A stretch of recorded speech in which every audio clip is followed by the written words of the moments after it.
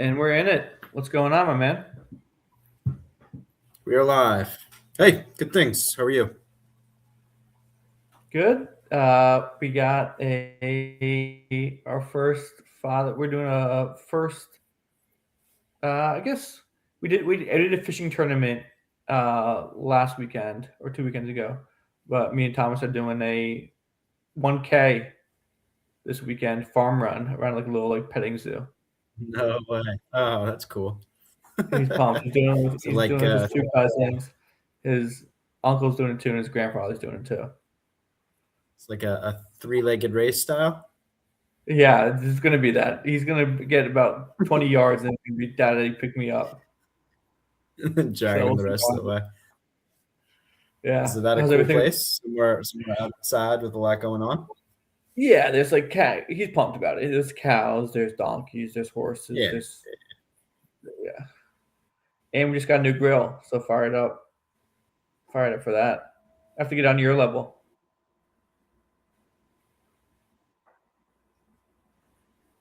Ready for the season. Exactly. Yeah, Exactly. this weekend might feel like the first kind of official weekend of that season. I know.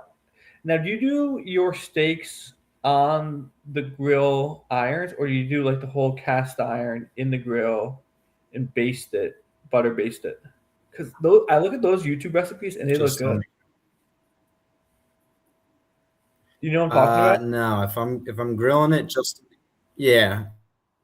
If I'm It's grilling it, almost it's like just grilled unless it's like that thick. And then if it's super thick, I do. it's almost like using the grill as an oven, and you're using the cast iron to sear it.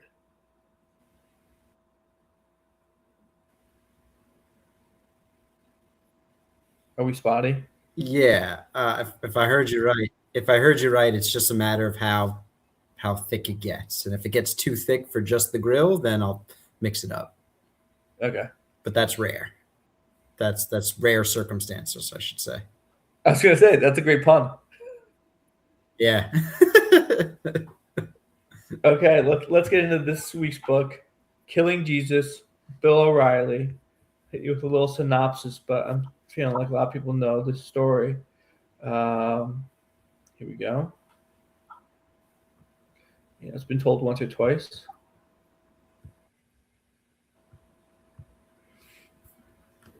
Killing Jesus is a historical nonfiction book that recounts the life, political environment, and execution of Jesus of Nazareth within the context of the Roman Empire. Written by Bill O'Reilly and Martin Dugard, the book combines biblical accounts with Roman history to present Jesus as a historical figure living under Roman occupation rather than focusing primarily on theology or divinity.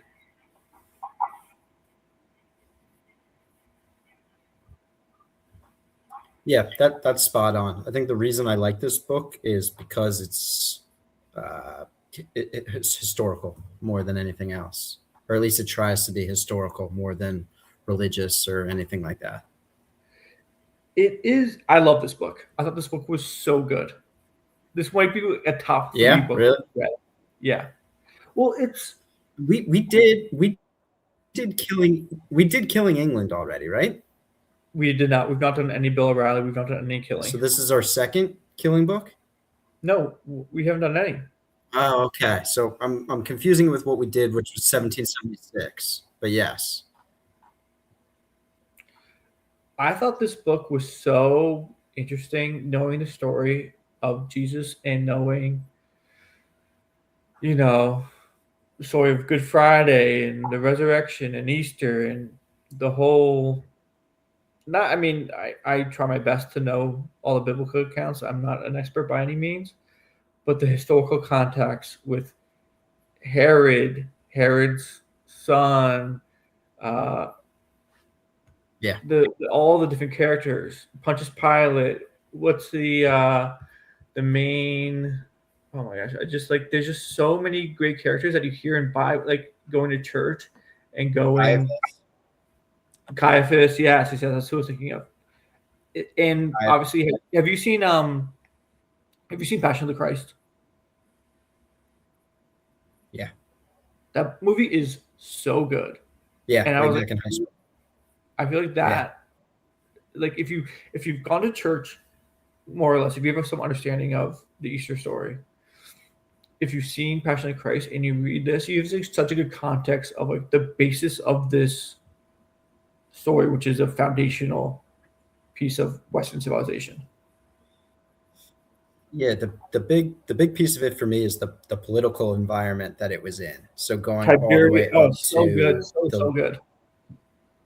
all the way up to the leaders of Rome, and how this was just a hotbed of revolution, and it's just an area that kind of had this stuff coming up. Um, so from that perspective, from the Roman perspective, this is just dealing with a common revolutionary. But then there are things Non-violent that revolutionary. You happen didn't know what to do with them. potentially. Yeah, Yeah, there are things that just happens, not typically, that created a different layer. Because I think they talked about it. They talked about somebody prior to Jesus of Nazareth who was a revolutionary who they did put down and kill. I forgot that guy's name. But that's exactly my point, is we yeah, forget that person's name, even yeah, though it yeah. was a Exactly. very, very similar situation, but we don't know who that is Exactly. because of many of the things that happened. I just like it. It is so interesting. Like if you could take a time machine and you have to pick a date to go to, obviously, like we don't know when the pyramids were created, so that would be super interesting to see. But if Mhm. you could go and just you like, I want to like turn the dial to like 10 AD and basically just put me in Rome, and then you basically see Caesar crossing the Rubicon. Then you see Augustus taking over, Augustus going to Tiberius. Then you can go like you could actually like the dates are known, and you could see all In a these lifetime. historical things, and all that is talked about in this book. Again, all those things are like obviously Caesar, Augustus, Julius Caesar, Augustus, Jesus, and then Tiberius and Caligula. Like those can all have their own biographies, multiple Oh part yeah, biographies and they do. They do, yeah. for sure, and deservedly so. But the fact that you get all this, and it's like this leads to that, that leads to that, and this is how the juggling, and this is how Judea impacts Rome, how Rome impacts Judea. It's so interesting. I'd actually be curious also just to see the engineering and the architecture of the time. So when they were talking about the temple, it seems like not a building, but a city in and of itself.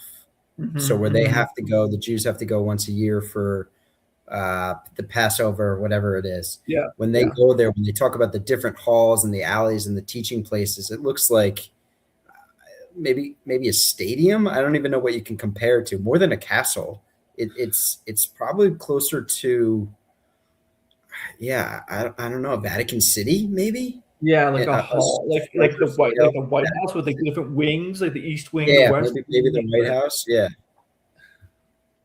it's fascinating, and it's and the like fact that that's no more, like we can't see that because it was raised to the ground. yeah, they talk about at the end how like the tour guides will take you on streets, and actually like the streets of Jerusalem are kind of they just sediment has built upon the ancient streets. So you're not technically walking on the streets. There's one part that you could be walking on Could be. Yeah. that, and then you know Golgotha, and the Calvary Hill, like that's been built upon. So the temple, like, they don't actually know where Calvary is. It's so interesting because you could go like Jesus was a historical figure. People, it's inarguable that Jesus of Nazareth did exist because there's Greek sources, there's Roman sources, there's Jewish sources. Like he did exist, and that's what I like about what this book does. Is it's like okay, this man did exist. But Guy in history. yes, he absolutely like there are more historical references to Jesus, like first person accounts, than there are of Julius Caesar, which is crazy because we just take for granted that Julius Caesar obviously existed. There's way more for Also, Jesus than what else is of kind of Alexander the crazy Great. is what else is kind of crazy is because when you think about history, I don't know if you put those two in the same timeline. They're very close, if not Oh overlapped. my gosh, yeah, 50 years apart probably. Like Yeah. when I think of Julius Caesar, I think of way after. Way before. I don't know. I just don't. Put him in the same, I don't put him in the same ballpark on the timeline, and yet, yeah, they were one over each other basically, and one contributed to the other handily.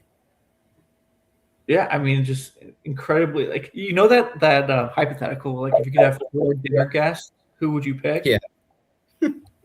So I think my number one overall pick is Jesus, and then everything after that is a discussion. So if you have 4, I would like to pick either Julius Caesar or Augustus, but then you're picking 2 people from the exact roughly location, same timeline.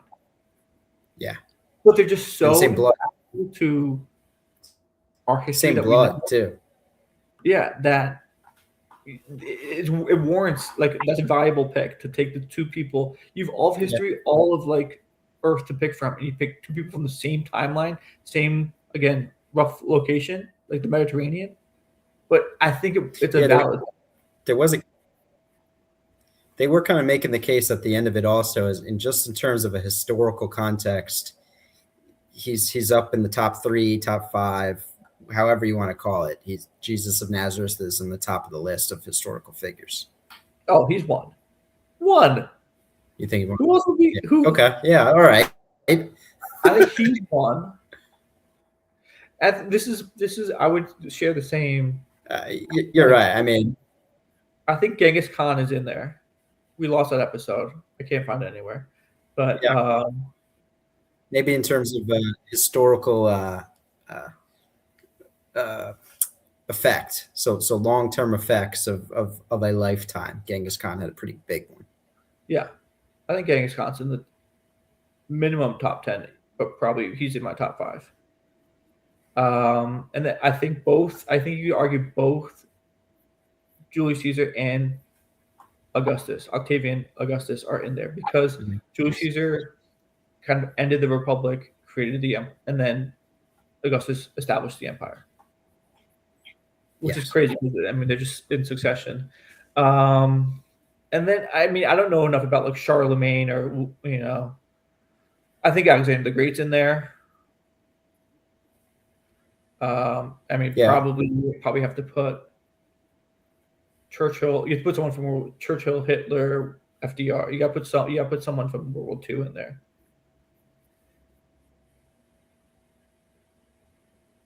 It's an interesting question. It's an interesting question. It is an interesting question. All right. I always think back of like old philosophers. Like, give me a room of Socrates, Plato, and Aristotle, and let's have at it. Yeah. There's a lot of Christian ethics from Aristotle, if you actually look at that, a lot, because they preceded this timeline. What else? I love, the interplay between Herod of Agrippa. No, Herod of Agrippa was the last one. Herod, I should have it in here. The Herod that everyone knows.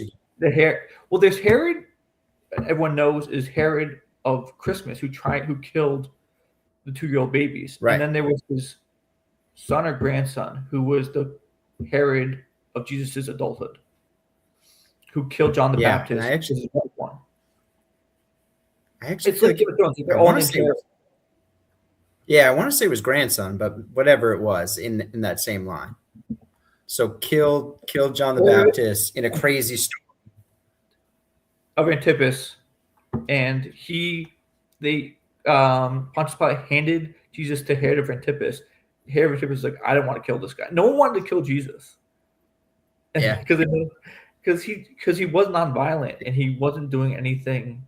Like, they were why like that. That's also pretty interesting in terms of the legal battle for this. So at the time, because of the occupation, the Jewish people weren't allowed to have capital punishments. I don't even think it's But the because Romans of the occupation. I think it's Jewish law you're not allowed to kill. At least that's the impression I I think it got. was Jewish law. It was definitely Jewish law at the time because it was like Passover. So they're like, we have to get this done like now, Yeah. on Friday because we definitely can't do it on Saturday or Sunday. Yeah. But no, it was something with the high priests where they didn't want to step on the toes of Mm-hmm. the Romans in terms of crucifying somebody. And he didn't I break think Roman that law. was He like broke Jewish law. crucifixion. That's a Roman punishment, Yes. right? And Jewish law has their own ways of killing people. That's not crucifixion. Yeah. Like crucifixion was a Roman source of punishment, which sounds brutal. But they let him die quickly because they said, "Hey, we need to have him buried by nightfall on by Friday." sundown or whatever it was. Yeah, I was that part. I remember watching a documentary about that, like the actual death of crucifixion. Yeah, that's brutal. Oh my god. I think all this stuff is so like even like Joseph of Arimathea. If you ever seen Indiana Jones and the Last Crusade, they talk about him. Yeah. The Last Supper. Yep. That's like a great name, and they buried his That's tomb. the first thing I think of. I know if you Joseph of Arimathea. It's like I think I know the name. That's the first thing I was thinking of too. Like Joseph of Arimathea. Wow, that's the name.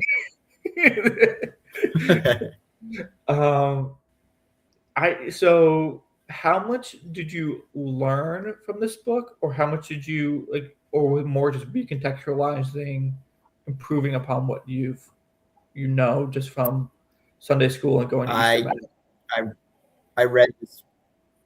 I read this previously, but it was a great second time reading. It was a great refresher. It didn't like slow me down. I wasn't breezing through it, so it was still very good. But yeah, the first time I read it, it was definitely weirdly eye-opening because my only context for this period prior to that was Bible. Yeah. Right? I never really listened to any podcasts about this. Oh, so fascinating. Have you opened and read the Bible? Have you opened and read through the Bible? Yeah. Okay. I did Bible in a Year, that podcast, last year in 2025.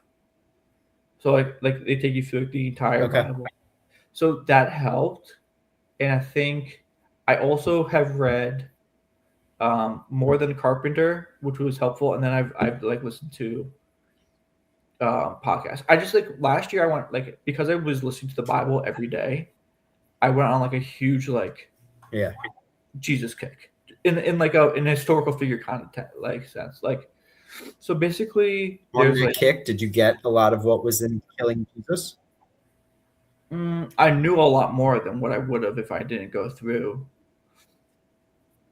And a lot of it, I found myself often being like, hey, they're forgetting this part. And it was a lot of like theology or like even parts where when I first put the book was like, and they didn't know who the father or there's Bill O'Reilly or his co-author kind of phrased the father, like who Jesus' father was, very plainly in the first chapter, the second chapter, where it was like I was like Angel Gabriel came to Mary and said, "You're having the Son of God."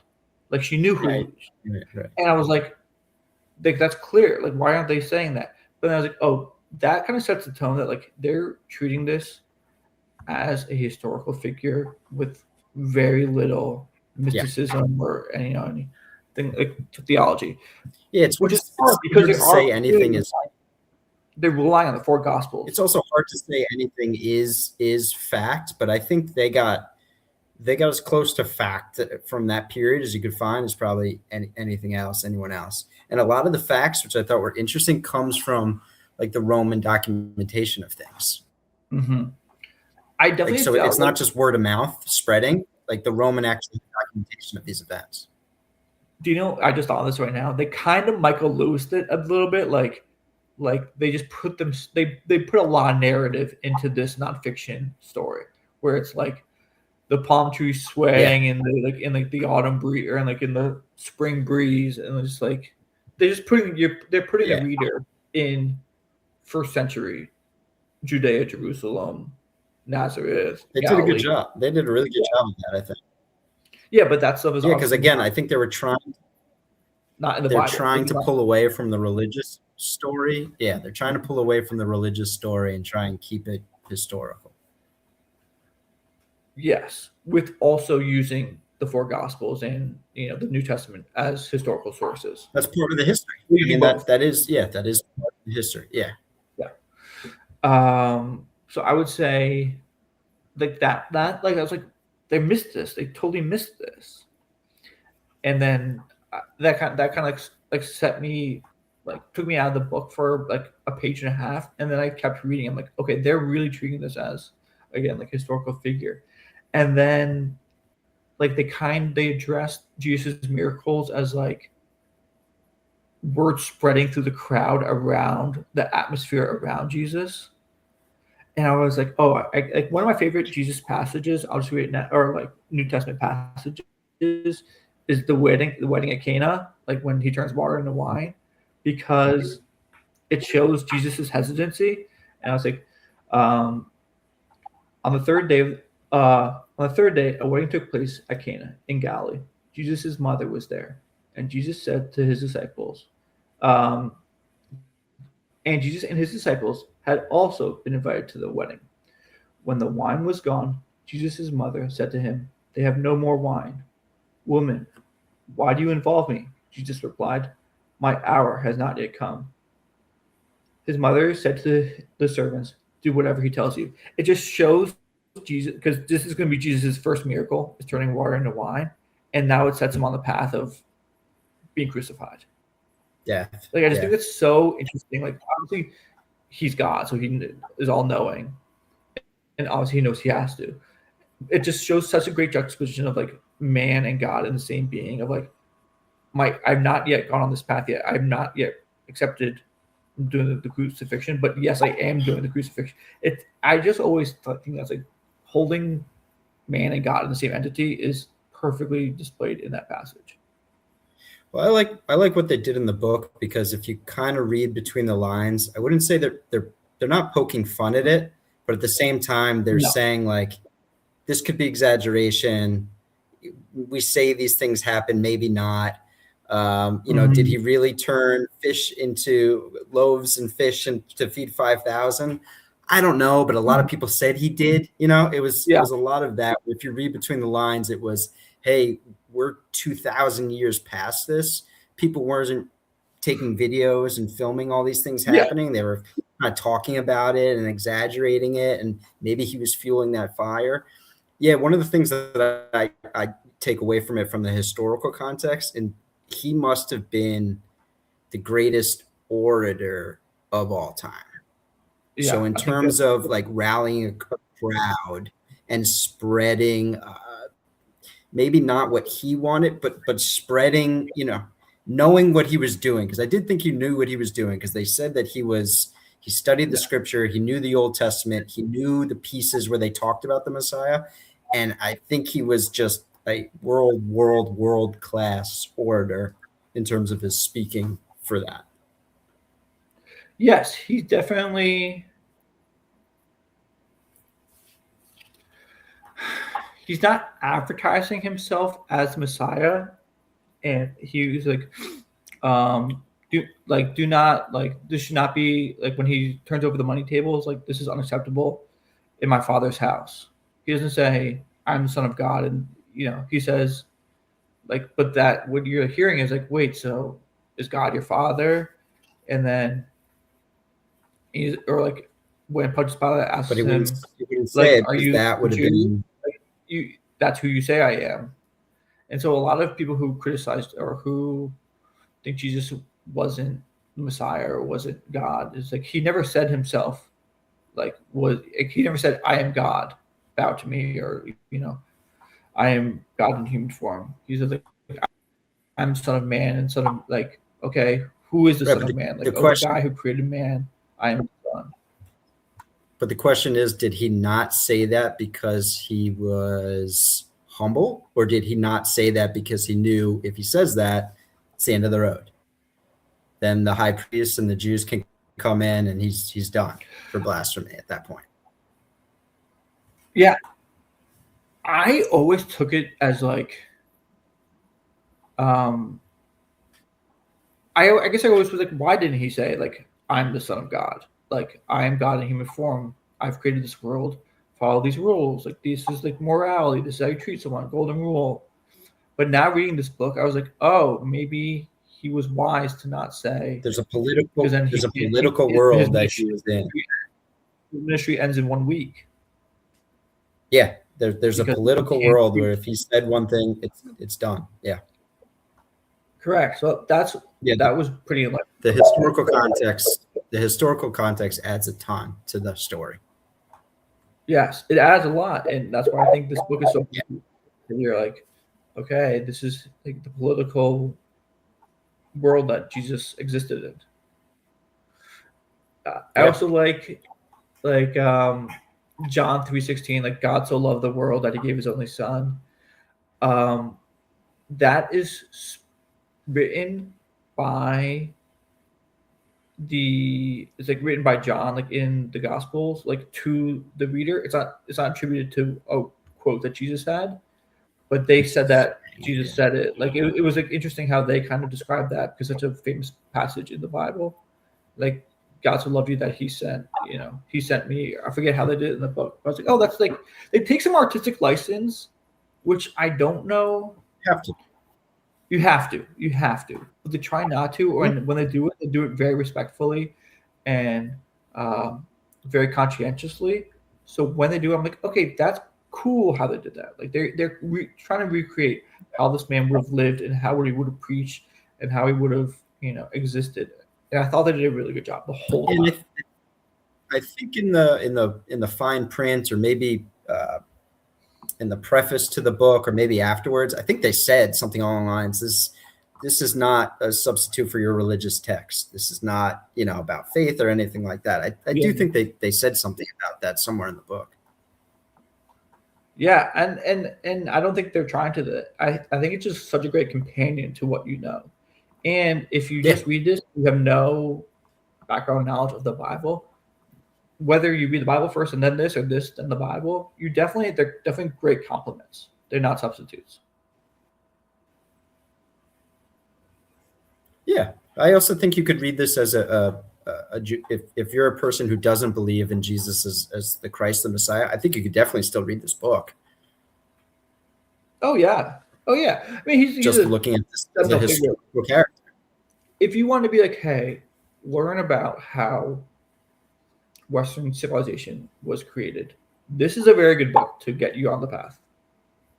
Other than like your freshman year textbook, like this is like, hey, this is the end of the Roman Republic, beginning of the Roman Empire, and Jesus, and you learn more about what that was like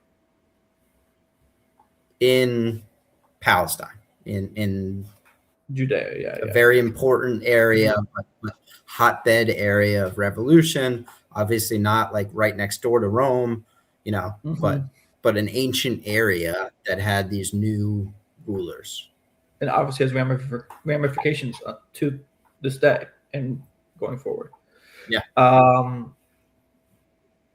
I thought it was so good. Caiaphas was interesting. Herod was interesting. There's a lot less Mary and like a lot less. It's only about like Jesus, Pontius Pilate, Caiaphas, Herod, Antipas, and then Caesar, Augustus, Tiberius, and a little bit of Caligula, but not really Caligula. Yeah, those are the people that you have historical. He doesn't really leave in the Jesus part. He doesn't really leave to go to Mary or any of the other apostles. He just stayed. Yeah, I don't think you can really touch that. If you're sticking to the historical narrative and close to, you can't go to Mary or anything like that. I think he did mention that Joseph, so the husband of Mary, I think he did mention that he probably died. He probably died before the crucifixion. Relatively young. Yeah. Because I think there's a passage in the Bible, I think they may have noticed it, where it said Jesus had siblings. Okay, did you read this in hardcover, or did you read this in paper, or did you read this in an e-reader? Paper. Did you read all the footnotes, or did you skip them? Most of them, yeah. I mean, that's a huge part of these books. It's like you read The half a page footnotes, and then there's a whole star on the bottom that you have to get through. if you read this book, read the footnotes. They are so good. These are the best footnotes. All the killing books you have to. Yeah. Because an e-reader, I don't think it always displays, like it won't display the Oh. footnote. You have to click in onto the asterisk or onto the whatever symbol it is, icon it is. It is required reading to read the footnotes. Yes. And No, it's part of the book. Like Yeah, usually it's part they'll of give the a book. background. Sometimes It's they'll not just cite, like a definition or a hyperlink. Yeah, no, it's part of the book. You have to read it. oh, so good, so good. I'm gonna read this book again. I'm gonna read. We should do more killing. I was super interested in the subject matter. I think learning about Jesus, whether you're religious or not, is so helpful to understand why he's so impactful. Because I mean, there's churches in every town. There's, I mean, foundation, like those founding fathers cite the New Testament in the founding of our country. I mean, he's probably the most impactful historical figure of all time. And then if you think about like, okay, then your brain just kind of eventually goes down the road of like, did God exist on earth? And what does that mean? And then your brain just goes like, and that's what I just love. I like, okay, like I guess like he could have only been. They talk about that in a little bit in the book that he was either a liar, a charlatan, a maniac, or the Messiah. And like, okay, so was he a liar? Okay, I don't think he was a liar because all the apostles would not have gone to India, and like they talked about, they went to Ukraine, they went to Egypt, they went all over like their known world to spread the gospel, and all of them but one died. John was the last one who died of old age. All other died as martyrs. So would they have died for someone who was lying or they did not believe came back from the dead? Like if he just died, and like you say they made up the resurrection, they probably one of them would have been like, I'm not dying for this.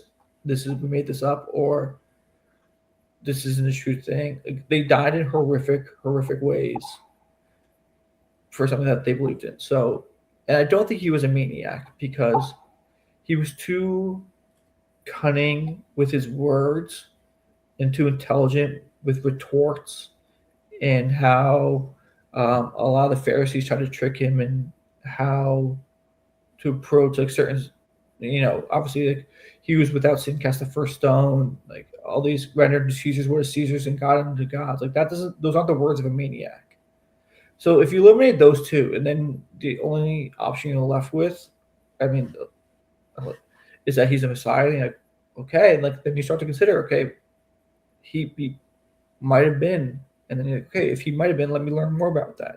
I think that this book kind of kicks you off on a great path of kind of exploring who he was as a man, and then once you learn about who he was as a man, you can take it further on your own if you wish to do so. And this, I've read a handful, if maybe all. I don't think I've read all of them, but I've read most of the killing books. Yeah. I think there's a couple that I like better, actually. Wow. Yeah. I haven't read it. I remember Killing Reagan. I thought was awesome. Killing Kennedy. Was Killing Reagan just about the failed assassination attempt? That's the majority of it. Yeah. Okay, but I'm sure he does like Cold War stuff and like that. But yeah, I mean, all of it is just like you take the moment in history and then you just pull so much historical. Yeah, Killing Lincoln, same way. Just like they just spread out that one moment significantly. I would absolutely do Killing Lincoln. Lincoln good, good, Reagan good, England good, the Rising Sun good, SS good. Rising Sun, Japan, Pacific? World War II. Yeah. Guy at work recommended to me World War II book in the Pacific that looks pretty good. We have another recommendation from a YouTube commenter. Appreciate that. We'll see if we get to it. It's a sci-fi book that is very highly thought of. And then have you listen to The Rest is History on Kennedy, because they do maybe 3 episodes about the Kennedy assassination. And it's the best Kennedy assassination content I've ever heard. Which one? I am caught up. Which one? The Rest is History? I don't think so. So I've been listening to that like pretty religiously for a while now, but I don't like go back to the episodes. I just gotta watch them as they come. Oh yeah, they're great. They're funny. They do a great job. Love their podcast. He's got some great books out too. Tom Holland. We should look at some of his books. So I just listened to one of their podcasts, and he did one about Persia. Persian Fire? It was called Persian Flame or something like that. Persian Fire, I think. Maybe, yeah. Flame, Fire, something like that. Yeah. Yeah. That would be very interesting to read. Okay. That might be our next, or we got to think about it. Okay. I love this book. Yeah, we might want to add that. I would say we could do that once. Okay. For both. Yeah.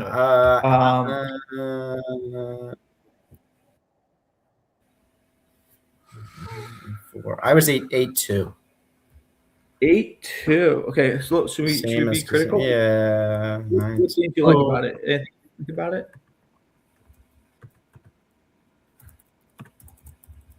8. Yeah, I think 8.2 is pretty accurate. There's nothing I didn't like about it. It's just that it's a historical fiction, but they're trying to be historical fact.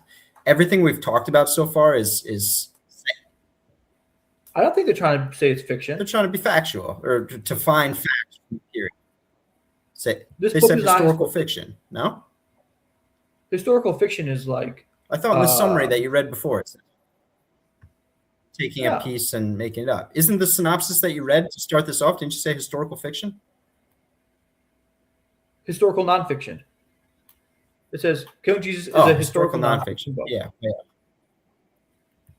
Yeah. So I guess that's so everything that we're saying about it positively, them finding facts in history, they make it sound not textbook at all, right? So they make it sound like a story, which I like. Narrative in it. Total narrative, yeah. And so that's where it just blends the two, right? Because this is a historical nonfiction, but there's a lot of narrative to it. Yeah. So it does take you to read between the lines. They play with that word between the lines. There's entertainment value here also. Big time. It's not a knock, I would say, but I would say this isn't. I would definitely recommend this to anyone to read, but this isn't like a book that I would necessarily bring on the beach. I loved it. It's probably going to be one of my highest books. I'm interested in subject matter. I think they did a great job. This is going to be my highest book, barely squeaking by Plum Island and Band of Brothers. I think this book was so good. It is kind of funny because I don't know if you could recommend it to everyone. I think having some Christian foundation does help, but I think it can be appreciated by a lot of people. I'm giving it a 9.7. I seriously enjoyed it.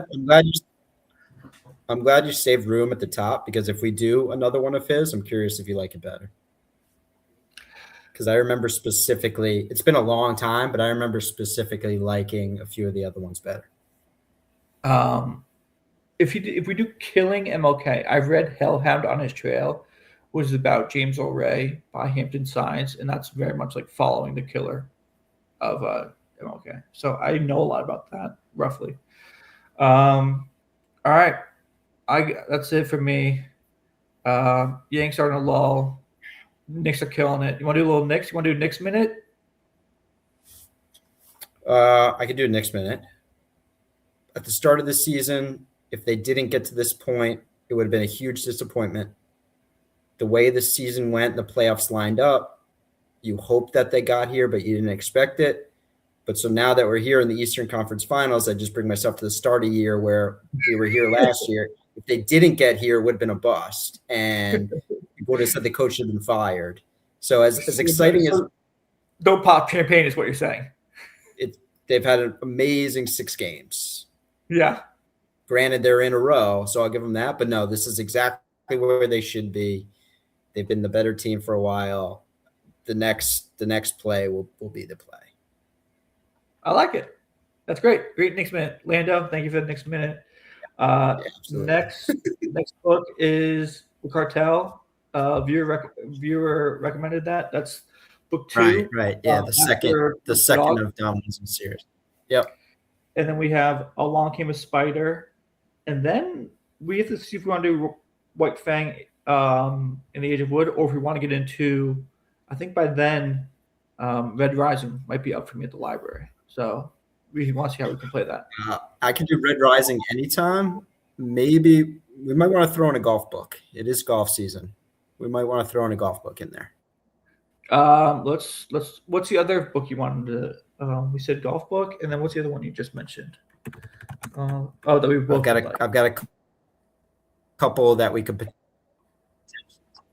There's a couple depending on which route we want to go. There's a couple we could put in there. Awesome. Probably White Fang is a winter book, anyways. Persian Fire. Okay. Cool. I like it. Good things. Give your fam all the best. Have a good weekend. I'll talk to you later, my man. Yep.